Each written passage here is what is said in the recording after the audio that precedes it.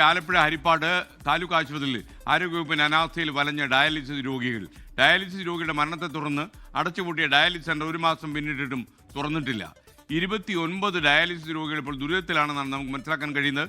ആലപ്പുഴയിൽ നിന്ന് ഈ വാർത്തയുടെ കൂടുതൽ വിശദാംശങ്ങൾ നൽകാൻ അശ്വിൻ പാലാഴി ചേരുന്നു. അശ്വിൻ, പറയൂ.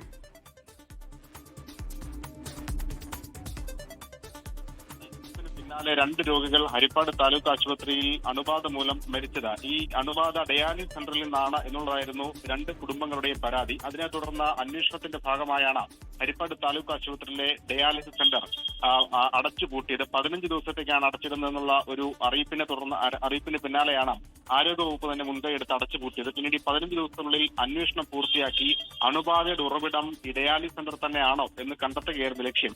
പക്ഷേ 15 ദിവസവും പിന്നിട്ട് ഒരു മാസവും പിന്നിട്ടതിന് ശേഷവും അന്വേഷണം പൂർത്തിയാക്കാനോ 25-ലധികം രോഗികൾ ആശ്രയിക്കുന്ന താലൂക്ക് ആശുപത്രിയിലെ ഡയാലിസിസ് സെന്റർ തുറക്കാനോ ആരോഗ്യവകുപ്പ് മുൻകൈ എടുക്കുന്നില്ല എന്നുള്ളതാണ് നിലവിലെ പരാതി.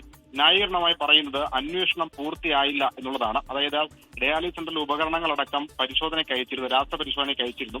ഇതിന്റെ ഫലം വന്നാൽ മാത്രമേ അണുബാധയുടെ ഉറവിടം ഈ ഡയാലിസിസ് സെന്ററിന്റെ കേന്ദ്രമാണോ എന്ന് കണ്ടെത്താനാകൂ. പക്ഷേ ഇതുവരെയും ആ ഫലം ലഭിച്ചിട്ടില്ല. അതിന് ഒരു എത്രയും വേഗം ഫലം കിട്ടാനുള്ള ഒരു ഇടപെടൽ പോലും ആരോഗ്യവകുപ്പിന്റെ ഭാഗത്തുനിന്ന് ഉണ്ടാകുന്നില്ല എന്നുള്ളതാണ് നിലവിലെ പരാതി. എന്തായാലും നിലവിൽ 29 രോഗികൾ ഹരിപ്പാട് ആശുപത്രിയിൽ നിന്ന് ഡയാലിസിസ് തേടിയിരുന്നു.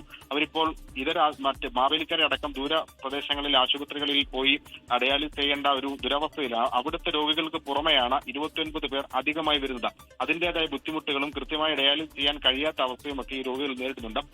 എന്തായാലും എത്രയും വേഗം പരിശോധനകൾ പൂർത്തിയാക്കി, നടപടികൾ പൂർത്തിയാക്കി ഡയാലിസിസ് സെന്റർ തുറന്ന് പ്രവർത്തിക്കണം എന്നുള്ളതാണ് രോഗികളുടെയും ആശുപത്രിയുടെ അധികൃതരുടെയും ഒക്കെ ആവശ്യം.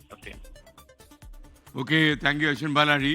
ലോകത്തെവിടെയായാലും ഏത് സമയത്തും 24 വാർത്തകളും ഓഗ്മെന്റഡ് റിയാലിറ്റി പാക്കേജുകളും എക്സ്പ്ലെയിനറുകളും വിശദമായി കാണാൻ ഞങ്ങളുടെ യൂട്യൂബ് ചാനൽ നിങ്ങൾക്ക് സബ്സ്ക്രൈബ് ചെയ്യാം.